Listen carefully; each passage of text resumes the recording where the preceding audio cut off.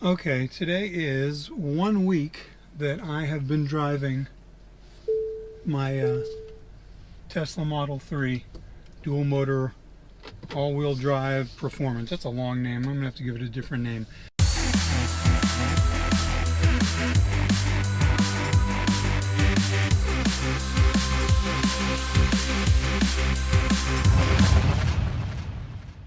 So in the week that I've had it, I have given it a name. It's named Stormbringer. Talked about that in a previous video. I have purchased a couple of small accessories for it. I did get a tray insert for the front console to make it a little more convenient. I did order and install some aluminum alloy pedals to make it look a little sportier and actually gives it a little more grip, which I really like. I did get a sunshade for the main roof that seems to help quite a bit with direct sunlight coming in through the glass. Today, this afternoon, I am taking it in for a tint job, which it definitely needs, because here in San Antonio, this week, every day is going to be 100 degrees or more, topping off at 103 for the weekend. But I just kind of wanted to go over my first week with the car and tell you about the things that I really like about it, and maybe one or two things that I think could use some improvement. I'm coming from a 2016 Ford F-150 XLT, which I really liked. Great truck, pretty truck. Didn't get great gas mileage. But the reasons why I like this car so much: number one, fits in my garage. I can keep it out of the elements. My truck was too big to fit in the garage. There was no way, with all my tools and everything else, that I could ever get that thing in there. So I'm very happy about being able to keep this in the garage. Now, you could do that with any mid-size car, so that's not exclusive to the Tesla. The sound system. I know a lot of cars come with some really good sound systems. This sound system is fantastic. 14 speakers, 2 subwoofers, immersive sound. It's like being in a concert hall. So again, that's not exclusive to Tesla, but they do provide that in the premium package, and I really like it. One of the things that is sort of exclusive to the Tesla is the climate control and being able to turn it on before you get in the car. Now, I know a lot of cars offer that feature, but really, when you stop and think about it, those cars the engine has to turn on for that. Whereas with the Tesla, the battery pack does have to spin up, but it doesn't waste gasoline just sitting there. So, it's much more efficient at cooling off the car without having to run the engine. So that's a definite plus as well. Also, and I made a list here too, because there's so many things. Everybody talks about charging and how inefficient charging is, how much longer you have to wait to charge. And I think a lot of it is dependent on your situation. I drive approximately 30 to 40 miles a day typically during a normal work week. And I can only charge my car on 110 in my garage because I live in an apartment complex. I am fortunate in that my 110 outlet has been providing usually 5 miles per hour of charge. Sometimes it'll dip down to 4, but most of the time it's 5. So if I put the car to bed at 9 o'clock at night and take it out at 6 in the morning, I've recouped 45 miles, which is usually more than I've driven that day. So I come out to a fully charged car every morning.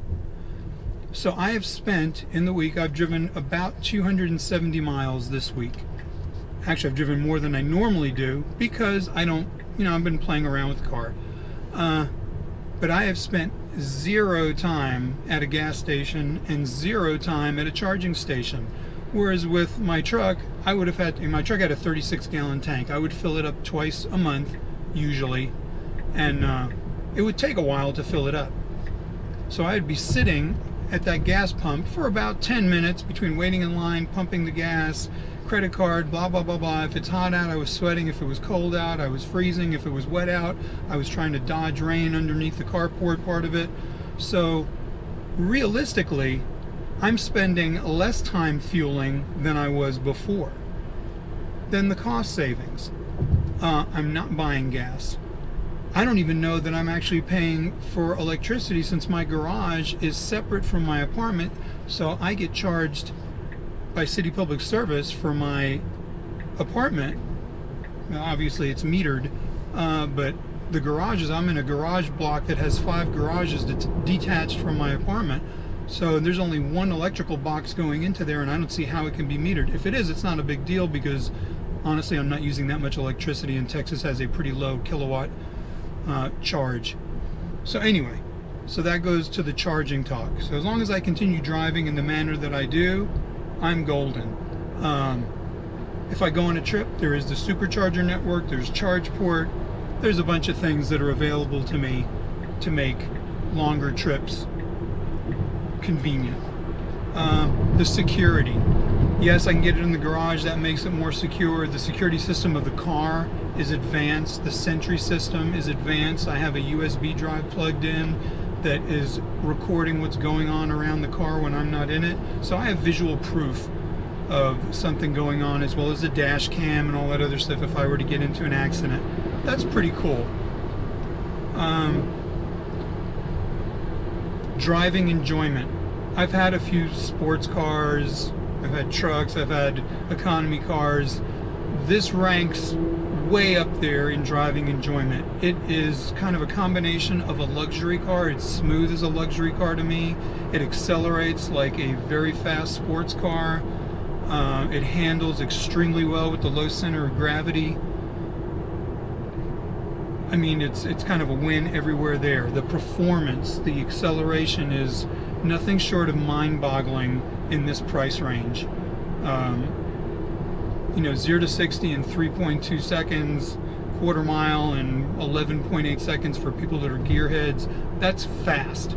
I mean, that for a 4-door, you know, almost grocery getter kind of car, that's extremely fast. It's unique. You know, I drive around, and here in San Antonio, I don't see a bunch of Teslas. I mean, I see a handful of Teslas. So it's not like I'm driving around in a, you know, Camaro SS or a Mustang, you know, GT, or, you know, a Charger Hellcat or something like that. I see quite a few more of those than I see of these. So there is that unique factor still. And, you know, then there's the tech. The tech is unbelievable. What you get for the money, the advancement in technology is fantastic. You know, the navigation, the autopilot, the lane awareness, the obstacle avoidance, the infotainment system, the climate, everything is just top notch. It really is a game changer. And I think the most important factor that I've noticed about this car since I've gotten it, since there was already an update, is that this car has the constant ability to become better, smarter, more able to do things that it couldn't do yesterday because of the software updates. So, you know, you are purchasing a car. That's not a cheap car, don't get me wrong. It was 50 grand plus tax, title, and license and all that other stuff, so it's not a cheap car. You know, granted, my truck was probably in the mid-40s, and it had nowhere near this tech. So this is, to me, I'm buying the future. I am buying into the future. I have nothing but good things to say about this thing. About the only negative that I have is, after reading about it, the paint.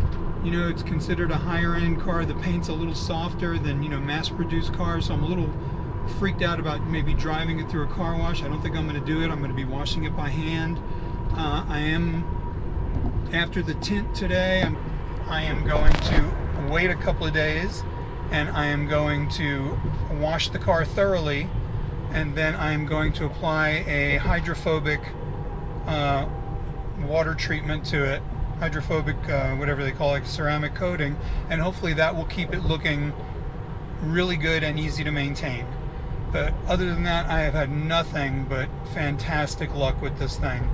Again, it's only been a week, but it's been a great first week, and all the anxiety I had about range and everything like that is gone.